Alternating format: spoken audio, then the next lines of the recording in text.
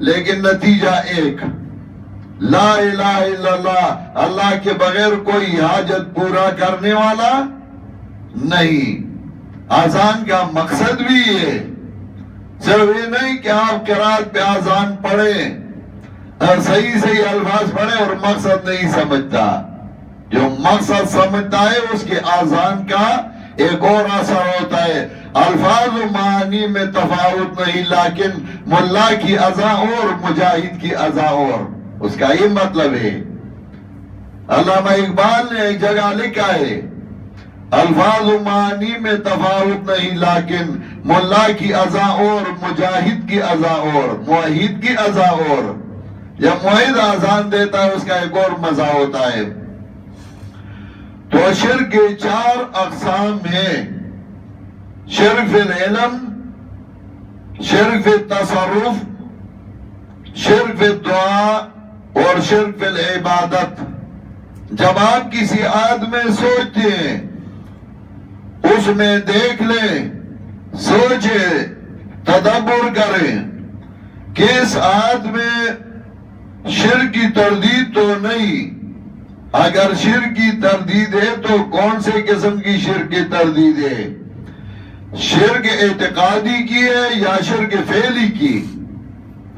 اگر شرک اعتقادی کی تردید ہے تو اس میں سے کون سی قسم کی تردید ہے؟ آیت میں شرک العلم کی تردید ہے یا شرک تصرف کی ہے یا شرک دعا کی ہے یا شرک العبادت کی؟ اب ایک ایک کی تھوڑی سی وضاحت۔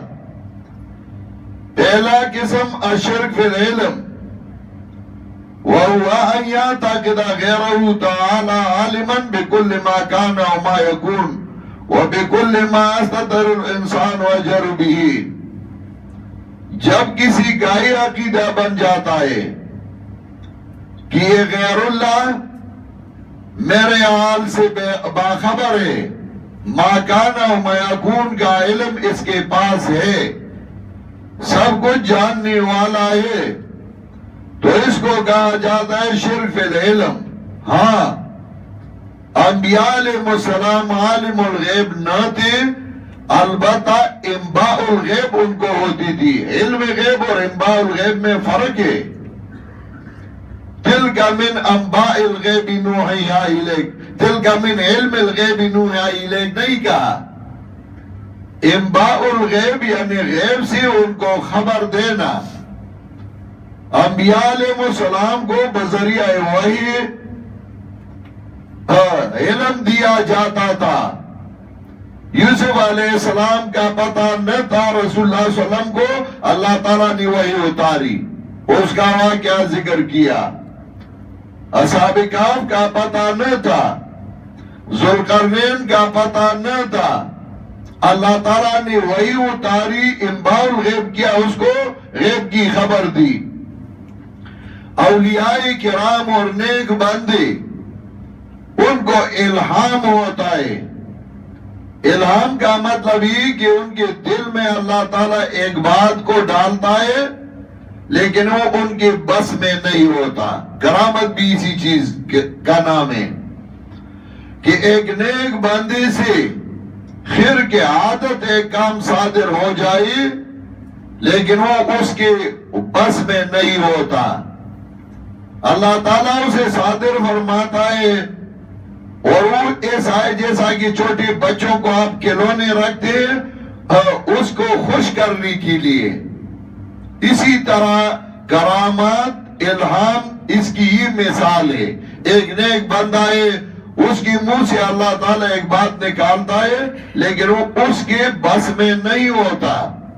حضرت عمر رضی اللہ تعالیٰ عنہ ایک دفعہ خطبہ پڑھاتے تھے، خطبہ میں فرمانے لگے، یا ساریۃ الجبل، یا ساریۃ الجبل، ساریہ پیچھے پہاڑی کو دیکھو، پہاڑی کی طرف سے دشمن آ رہا ہے، حالانکہ ساریہ بہت دور لڑ رہا تھا۔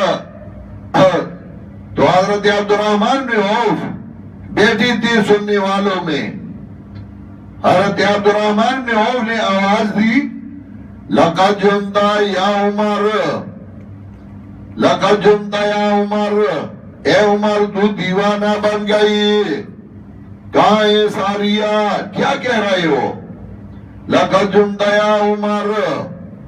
حضرت عمر نے ادھر ادھر دیکھا، کہنے لگے، فرمانے لگے ما املک خلدی و ما املک لسانی، میں اپنے دل کا بھی مالک نہ تھا، زبان کا بھی مالک نہ تھا، میں نے ساریہ دیکھا، اب مجھے کچھ بھی نظر نہیں آتا۔ اگرچہ اس واقعے کے وظائف میں سے واقعی مشہور قذاب ہے، لیکن پھر بھی اگر ثابت ہو جائے تو ہم کرامت مانتے ہیں، الہام مانتے ہیں۔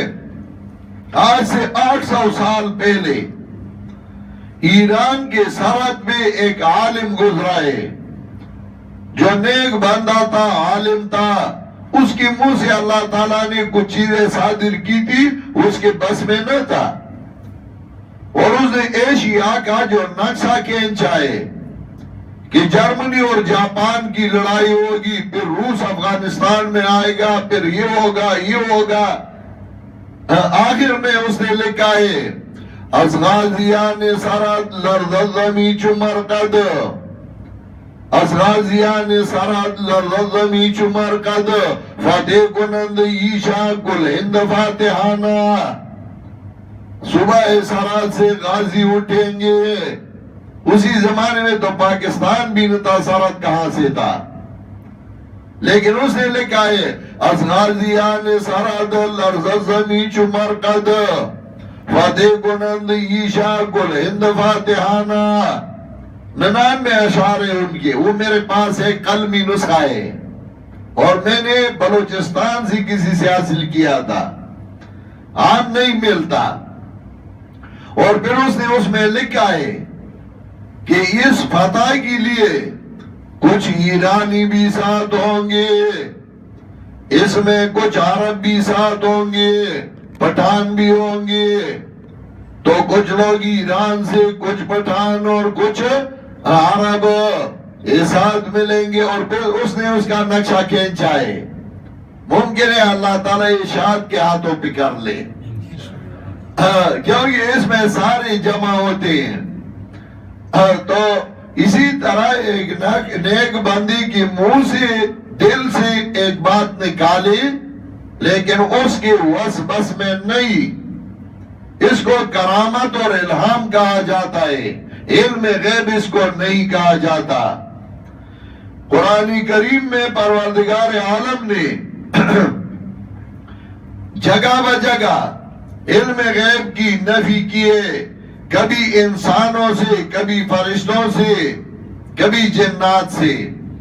مثلا سورۃ البقرہ آیت نمبر 33 نکالیں، سورۃ البقرہ پہلا پارہ آیت نمبر 33۔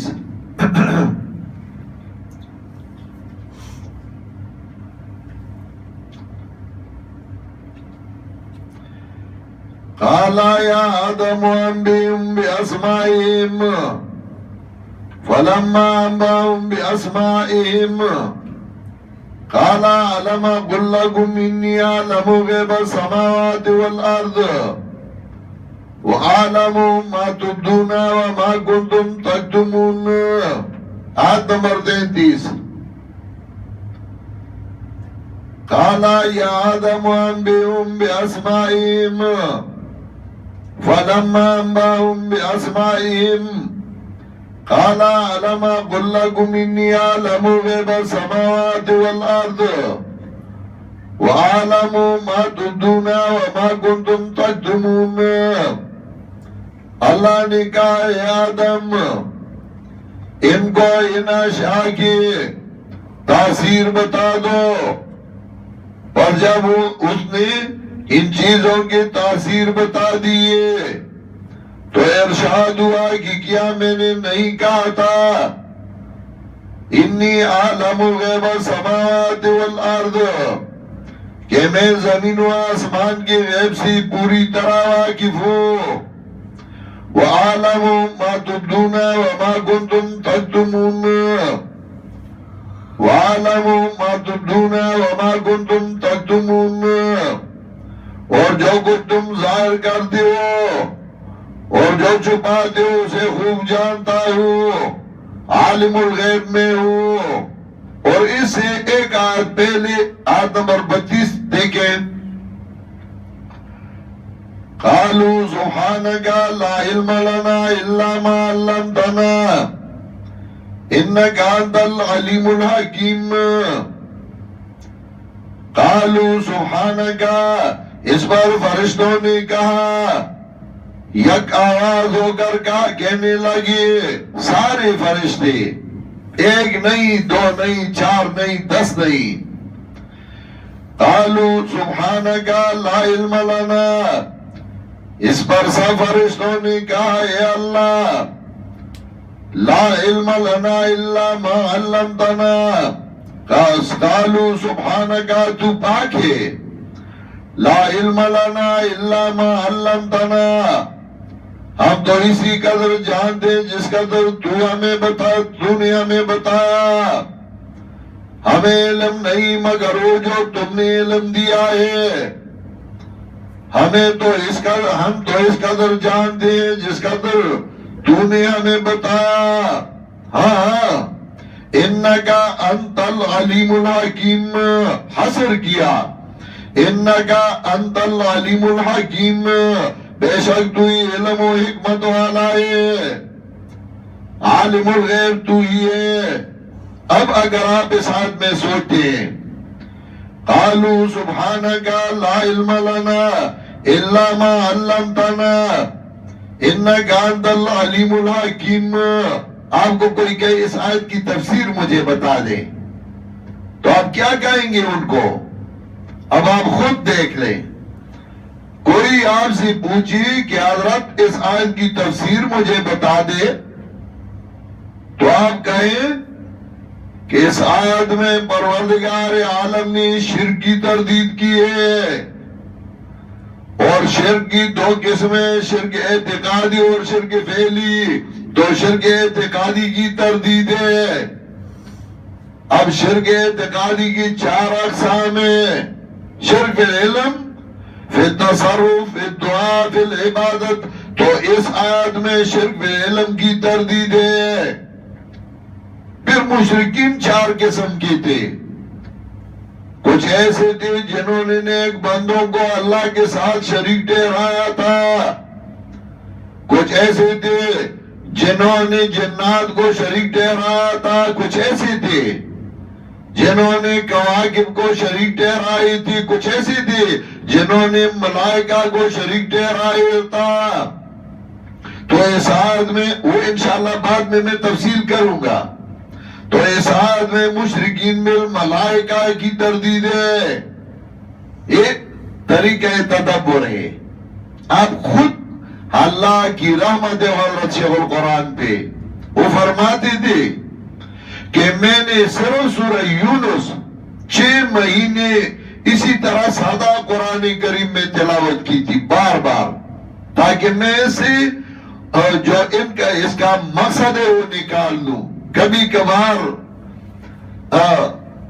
جب جوش میں آتے تو فرماتے تھے، کاغذ پہ رکھ دیا ہے کلیجہ نکال کے، کاغذ پہ رکھ دیا ہے کلیجہ نکال کے، تحفائی ان کو ہے جو ہے صاحب کمال کے۔ اور فرماتے تھے میں 24 طریقوں سے قرآن کریم کو سمجھا سکتا تھا، لیکن میرے شاگردوں نے وہ ایک طریقہ پورا نہیں سمجھا، تو میں 24 طریقے کیسے ان کو بتا دوں؟ مٹی میں دباتے ہوئے سمجھا ہے دوستو، گنجے نہیں علوم تھا یہ گنج زر نہیں۔ قالوا سبحانك لا علم لنا